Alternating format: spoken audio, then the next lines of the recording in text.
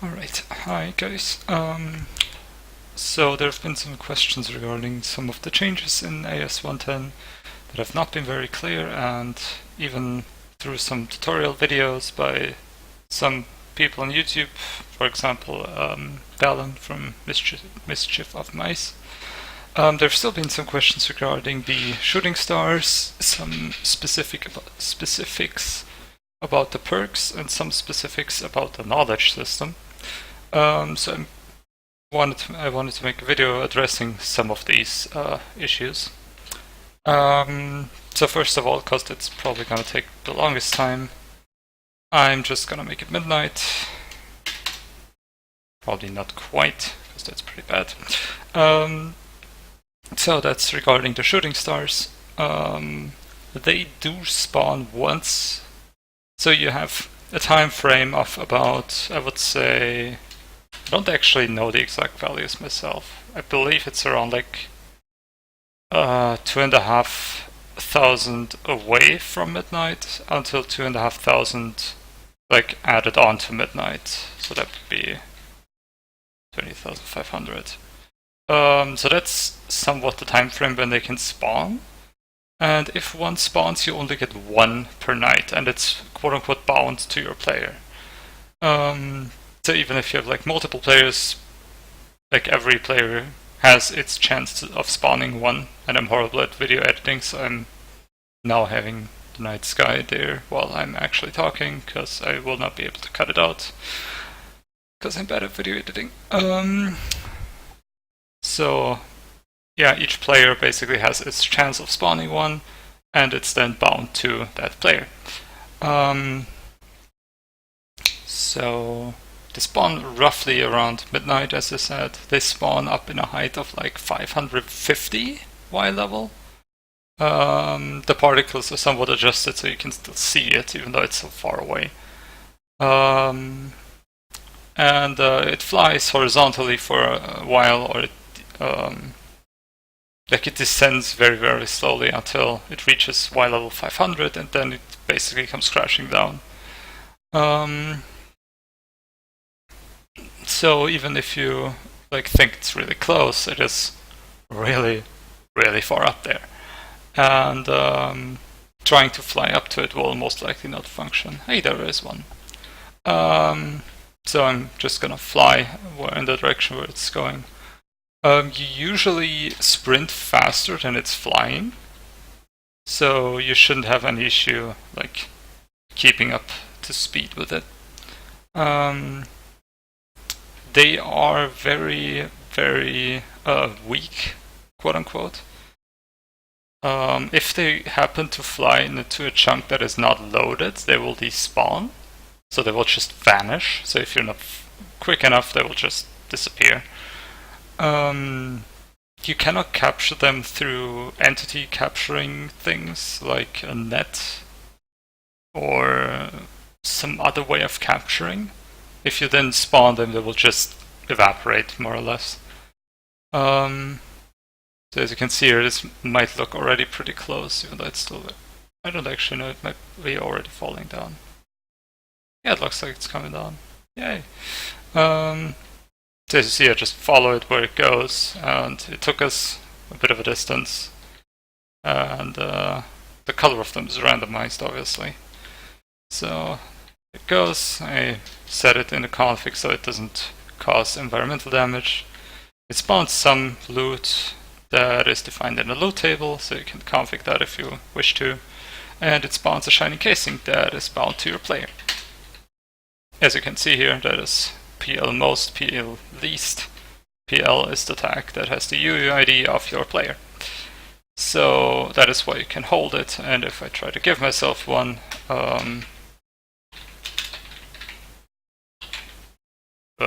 it's called. Oops, that's not what it's called. Damn it. Fragment capsule. Right.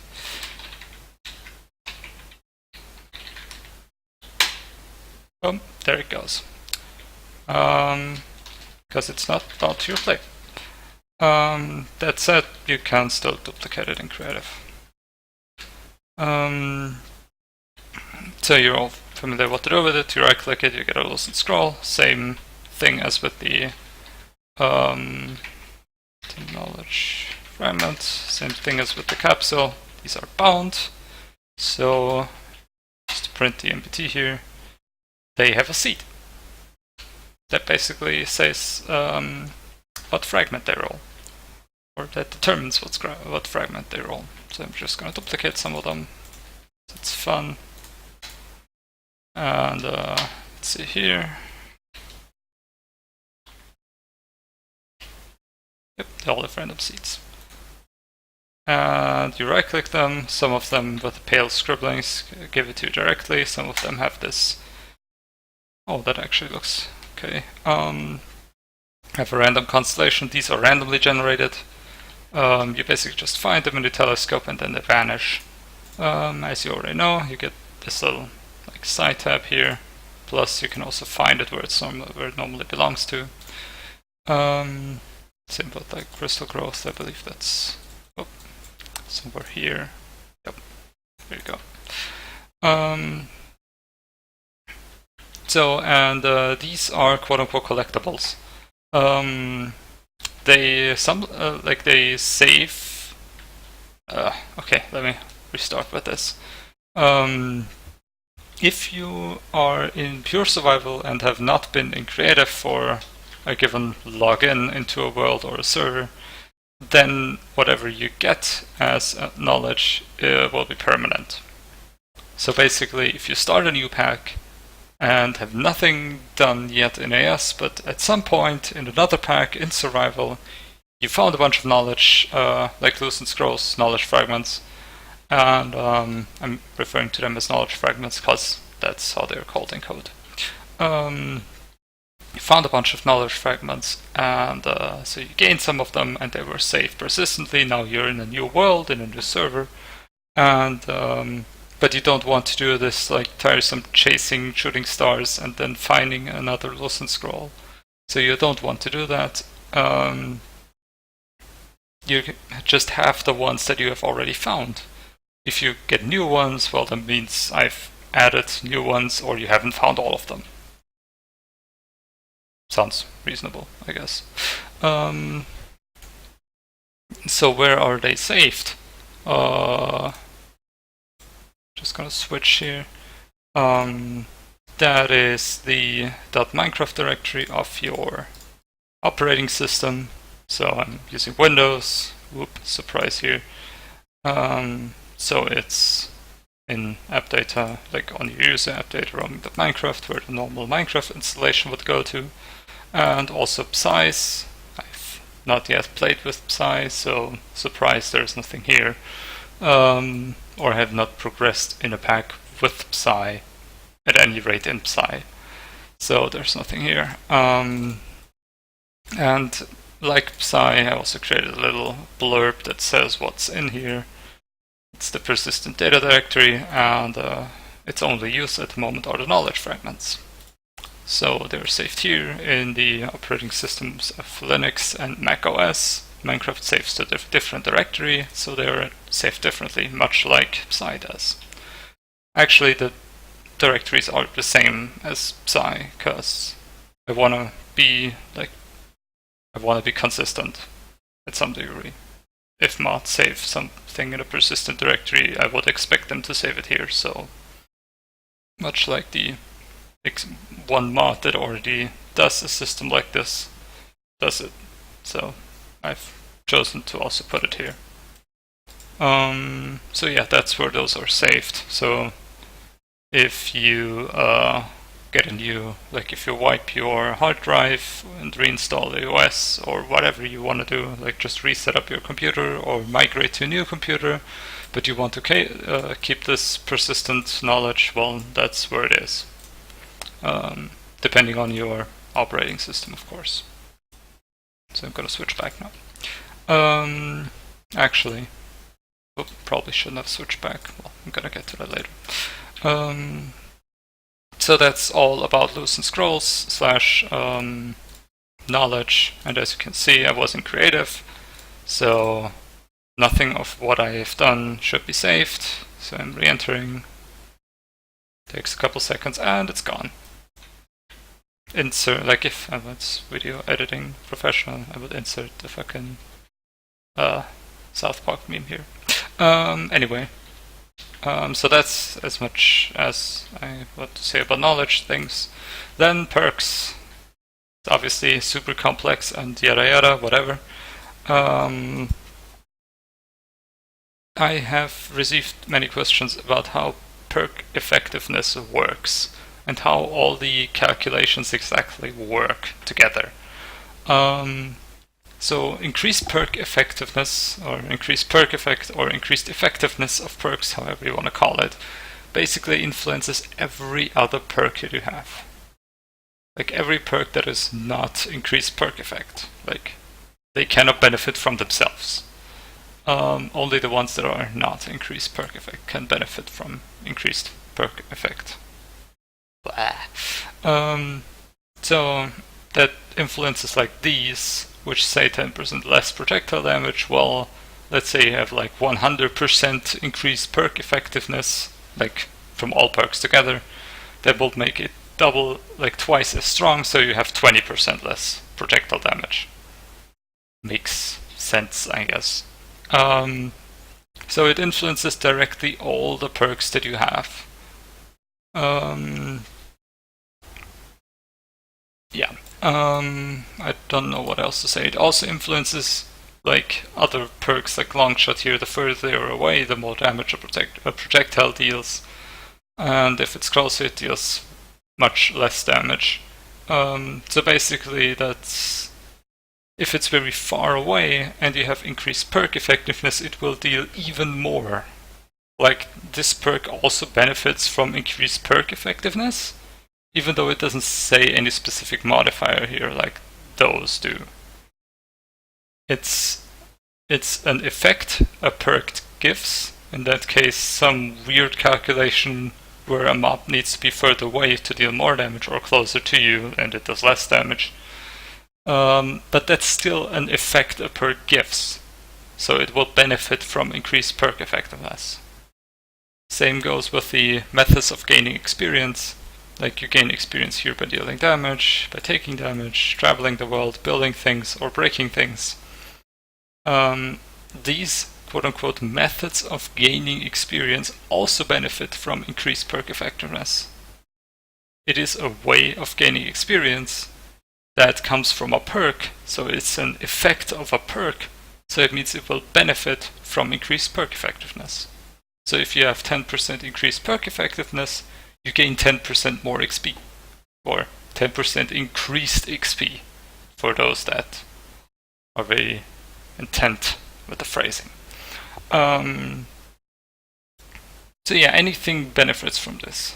And increased perk experience gained would, of course, only affect experience gain. But the increased effectiveness of perks also influences this, which in turn influences this.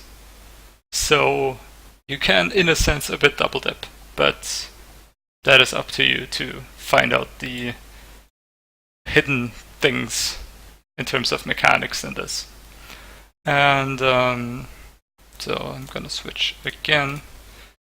In his video, Valen linked a graphic from this page, mainly this little image here, and it more or less sums up how the modifiers in the mod get calculated together and how you get the resulting value. So it is the sum of all added stats, so that is like all... Oh, I'm just going to use the search. Yeah, you can just use the search here. By the way, you can also Control X cut, Control W insert, and Control C just copy. Yeah, those are the three that I also added in. So what I'm going to take, I'm just going to take this. +1 added mining speed. I'm just, for the sake of this, I'm just going to limit all of this to mining speed. +1 added mining speed. Then we have, so those basically are all your quote-unquote added modifiers or subtracted modifiers. Like if the number is negative, you know, all of those values get summed together in one value. So let's say you have +1 added mining speed and +3 mining speed, added mining speed up here. They would get summed together to +4. Makes sense. After that, all the increases and decreases get summed together.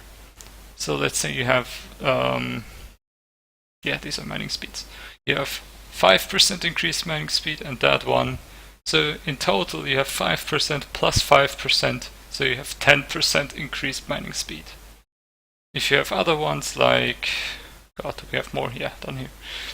So then you have, like, let's say you have these two and these two, so then you have 10 plus 10 plus 5 plus 5 to a total of 30% increased mining speed. So we basically just sum all of them together. We also sum all the decreased ones together if there are any, or if you have any.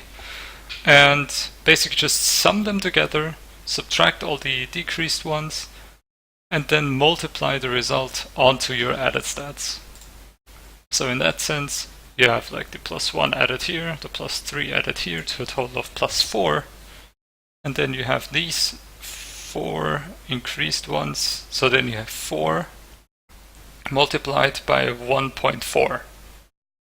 That is just following the formula here.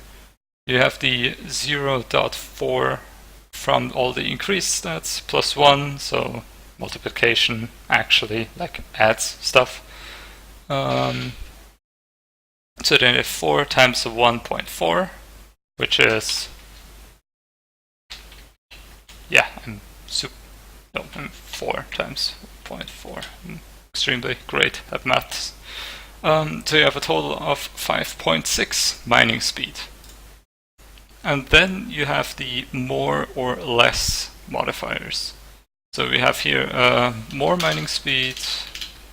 Just gonna list the mores. 5% more mining speed, 20% more mining speed. I don't think I have more mining speed somewhere. Nope, those are all. Do we have any less? No. Actually have less. Yeah, we have some less projectile damages and less maximum life. But that's not the point, right? So we have more multipliers. Well, those are different from increased multipliers. As you can see in the formula, they also, you get all the more stats you have and multiply them together with one another. So as you can see, there is a very striking difference between the increased ones and the more ones. So instead of adding all the increased together, for the more stats we multiply them together. So in that sense we have, let's say we have all of these here as well. So we have 5% more mining speed, and 10% more mining speed, and 20% more mining speed. So let's just multiply them together. The 20% more mining speed, I'm just going to write the 0 there, times the 5% more mining speed times the 10% more mining speed. And as you can see, we end up with about 38.6% more, with a 38.6% multiplier to your mining speed, instead of 10 plus 5 plus 20, which would be 35%. So as you can see, the more multipliers basically stack with each other and make each other more powerful, as in comparison to the increased modifiers, which just basically get added together and then multiplied onto the value itself. So taking our 5.6 that we had before,